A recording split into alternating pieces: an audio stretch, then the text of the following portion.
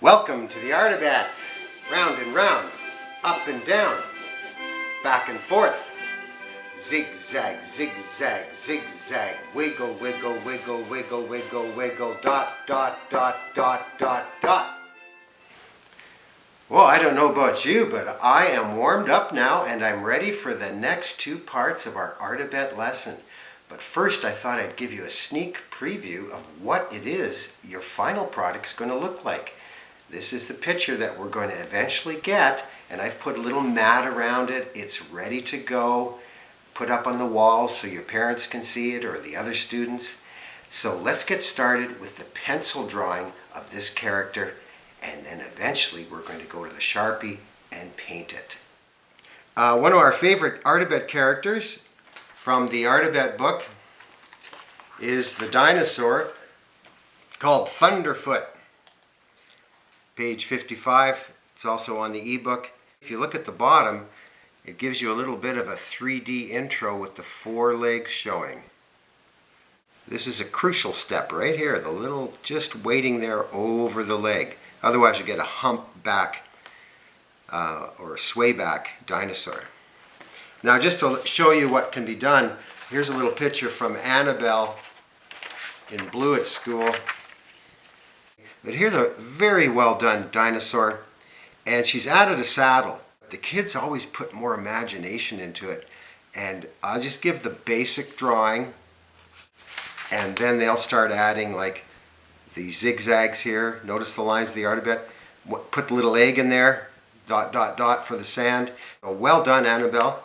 Let's move on and see how we can draw this dinosaur right here. Remember, leave lots of room around the outside of your paper. This dinosaur is pretty big. That's why we call him Thunderfoot. So first thing we do is just a little square like that without the top, up and down, back and forth. I'm just going to show you what lines we're using from the Artabet. Normally I would just draw the one shape, but I'm going over it to show you up and down, back and forth, up and down. Then we put a little tummy in underneath. That comes from round and round. Round and round, you can see it in there. And then another little back and forth, up and down. Next is the tail. The tail is crucial. You're going to bring it down to the level of this line here. Otherwise it looks like he's standing on his tail. So I bring it down and then I just go straight across. So basically we've got a tummy, 2 feet, and a tail. Next we want to bring, as this line went that way, curved, like this, we're going to curve this one right up to the top. So we're building our dinosaur. Next is the longest trip the dinosaur line is going to take. It's going to come on, I'll usually go over it. It'll come up here, turn around, and then here's the area where you might get a swayed back. I'll show you what might happen lightly with my pencil. So I'm up here and it's fine, and then we might get something like this. Okay? So if that happens, don't worry about it. We'll do the dinosaur more than once. So I'm going to put in a little helper mark right over the foot, right about, well, that's how thick my neck's going to be.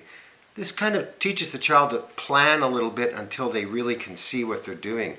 So I'm going to bring the tail here, bring it over the hump, and then slowly bring it down to that point. That's where we're going to turn the line. So if you can get to that point, right, and then you're going to watch up here, going to bring the neck right up, and then all the way around to there. That little line there actually gives it a little 3D effect, because when you put the eyes in, it almost looks like he's bent his neck. And they let them put their own smile, whatever they want on it. Now right here, you can see where that line, by leaving it there, it was much easier to put the more effective line in here. Okay, this is where it gets interesting. Most children would add another foot here and another foot here.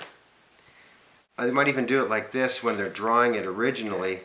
they'll put in the legs, and then they'll put another leg here. And how many, oh yeah, dinosaurs have 4 legs. I better put 4 legs in, and a tail. And then they'll do something like that. Because they know it has 4 legs, so they put 4 legs in. But a little more realistic would be to put a little line out here and add a leg like that. This one, back leg, an easy rule. Make it shorter, make it a little smaller. There we have it. Now, erasers don't get rid of mistakes. They clean up your lines. There are no mistakes in art. Tell the kids that all the time.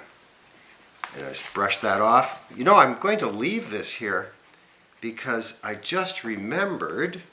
Here's Annabelle's picture, and I think that little happy accident will make a great saddle. I wasn't even planning that.